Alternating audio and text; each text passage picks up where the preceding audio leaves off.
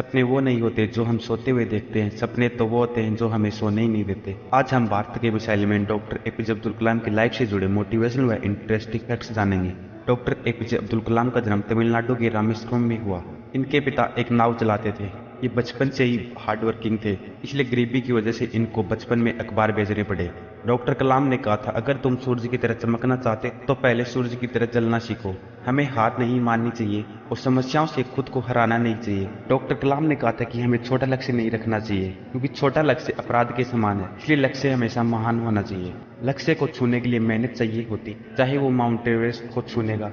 इंतजार करने वालों को सिर्फ उतना ही मिलता है जितना कोशिश करने वाले छोड़ जाते हैं। इसलिए हमें अपने लक्ष्य के प्रति मजबूत होना चाहिए। डॉक्टर अब्दुल कलाम का हर दिन एक ही लक्ष्य रहता था कि हर दिन मैं कुछ नया सीखूं।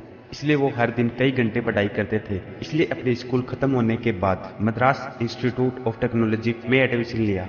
जब वो मद्रास इंस्टीट्यूट ऑफ कॉलेज में पढ़ रहे थे, तब वे एक सीनियर क्लास प्रोजेक्ट पर कार्य कर रहे थे। उस प्रोजेक्ट को देख वहाँ के प्रोफेसर गुस्सा हो गए।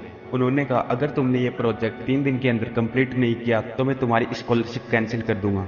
इस बात को सुनकर एपीजे अब्दुल कलाम बहुत घबराए और फिर उन्होंने दिन रात मेहनत से वो प्रोजेक्ट कंप्लीट कर दिया। इसको देख प्रोफेसर ने कहा कि मैं जानता था कि तुम ये कर सकते हो, लेकिन यह देखना चाहता तुम्हारे अंदर मुश्किल वक्त को सहने की क्षमता है या नहीं।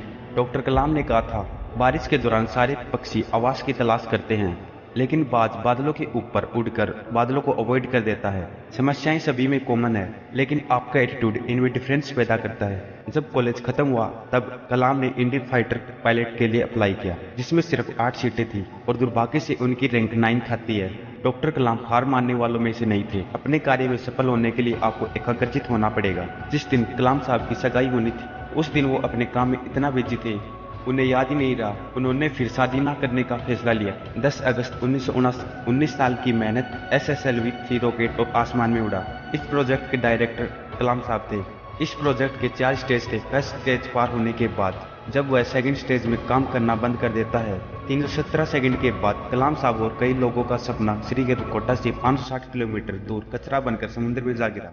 19 साल की इस मेहनत से असफलता होने के बाद डॉक्टर कलाम साहब रोने लगे। फिर भी उन्होंने हार नहीं मानी और 1 साल बाद 18 जुलाई 1980 को भारत का पहला सैटेलाइट रोहिणी लॉन्च किया, जो 2 मिनट के बाद अंतरिक्ष में था। वे भारत के 11वें राष्ट्रपति थे। डॉक्टर कलाम ने अपनी एक स्पीच में कहा था कि आप अपना भविष्य बदल नहीं सकते, लेकिन अपनी आदतें जरूर बदल सकते हैं, और जिस दिन आपकी आदत बदल जाएंगी उस दिन आपका भविष्य भी बदल जाएगा। डॉक्टर कलाम के अनुसार हमें 4 बातों का पालन करना चाहिए। एक महान लक्ष्य बनाया जाए, ज्ञान अर्जित किया जाए, कड़ी मेहनत की जाए और मजबूत रहना चाहिए, जिससे हम कुछ भी हासिल कर सकते हैं। डॉक्टर कलाम ने कहा था, एक अच्छी पुस्तक 1000 दोस्तों के बराबर होती है, जबकि एक अच्छा दोस्त एक पूरी लाइब्रेरी के बराबर होता है। इसलिए अपनी संगत को हमेशा अच्छा रखना चाहिए। अगर आपको वीडियो पसंद आई तो वीडियो को लाइक और हाइपर मोटिवेशन चैनल को सब्सक्राइब करें और हमें कमेंट करके बताएं डॉक्टर कलाम की आपको कौन सी सबसे ज्यादा आदत अच्छी लगी।